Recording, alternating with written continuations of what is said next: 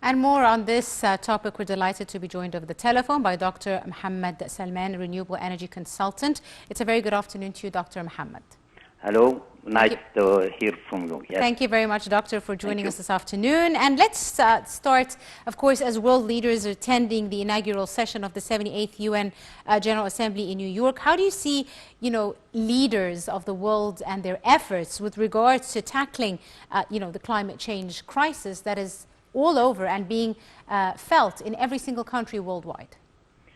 Yes, really the climate change now is the language of all the world.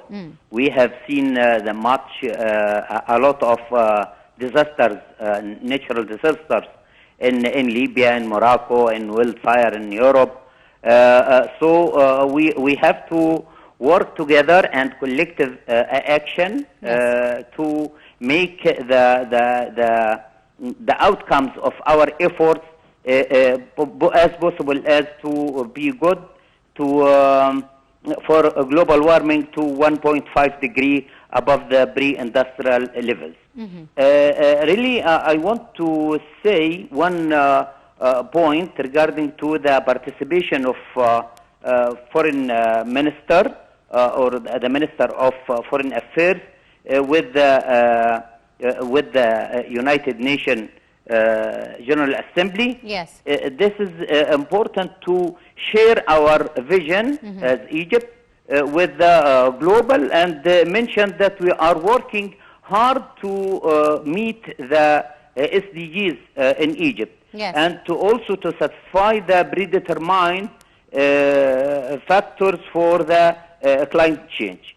I want also to say the acceleration of action should be in high pace now, because as we see that a lot of finance should be paid, and we have in Egypt here one more point.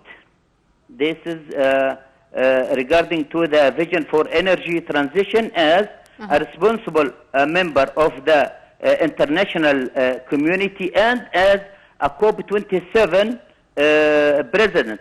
We mentioned in COP27 president that we mentioned that the loss and damage finance bank Fund. or a sector, to reflect in serious measure that include the 2050 climate strategy. Indeed. You mentioned... Yes. I want really one more point, excuse me for that. Sure. Really, Egypt has a sustainable development plan, and including the NWAFI and the NWAFI program, and third update of its nationality determined contributions, moving to the target for a production of 42% by 2030 instead of 2035. So this is also one good target. Yes. Moreover, we have also phasing out about 5 gigawatts of fossil fuel based energy with the traditional power plants. Yes. And also addition around 10 gigawatts of renewable energy, and already has been signed the contract for that. Yes. Right. As you mentioned, Dr. Egypt has already taken many steps to diversify its sources of energy, also keeping into account sustainable development agenda, as well as the need to go to renewable sources of energy, which are environmentally friendly. Now, the United Nations Secretary General Antonio Guterres said the world is on track for a 2.8 degree temperature rise if leaders attending don't take urgent action on climate change. In your opinion, what needs to be done? What pledges need to be fulfilled, and in how long of a time span before such a catastrophe of global warming is reached? In fact, the climate change has impact all over the world. Indeed. It is not individual effort of one country Exactly. out of the world. All countries should be collaborated with collective action Yes. to make it in sense and to be implemented really. We have here in Egypt a lot of projects regarding to the renewable energy, wind and solar, and also the hydrogen strategy. But it is not sufficient as individual of Egypt, but also should be done all over the world. All these such projects needs a finance. So who will pay this finance? We should work together to collaborate and see how we can manage the finance to replace the fossil fuel based power plants by the renewable energy. And Dr.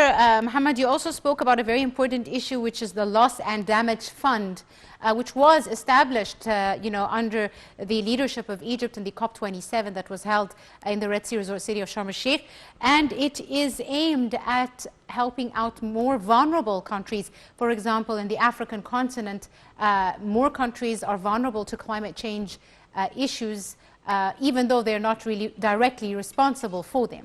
How do you see this loss and damage fund and its importance in the upcoming period, especially with all the climate change we've been seeing, with the floods and the cyclones and the earthquakes and lots of droughts and flooding as well all around the African continent?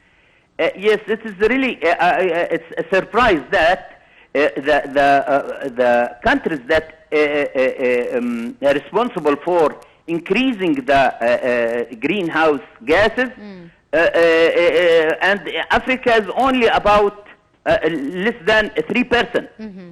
So now we all Europe or the advanced countries should pay to contribute with the African countries to share this ambition targets and make credibility for that. Absolutely. Okay? Right. Dr. Mohamed Selman, Renewable Energy Consultant, thank you very much, Doctor, for your time and your insight and for joining us on our edition of Cairo Local Time. Ladies and gentlemen, a short break and we'll be back for more. Do stay tuned.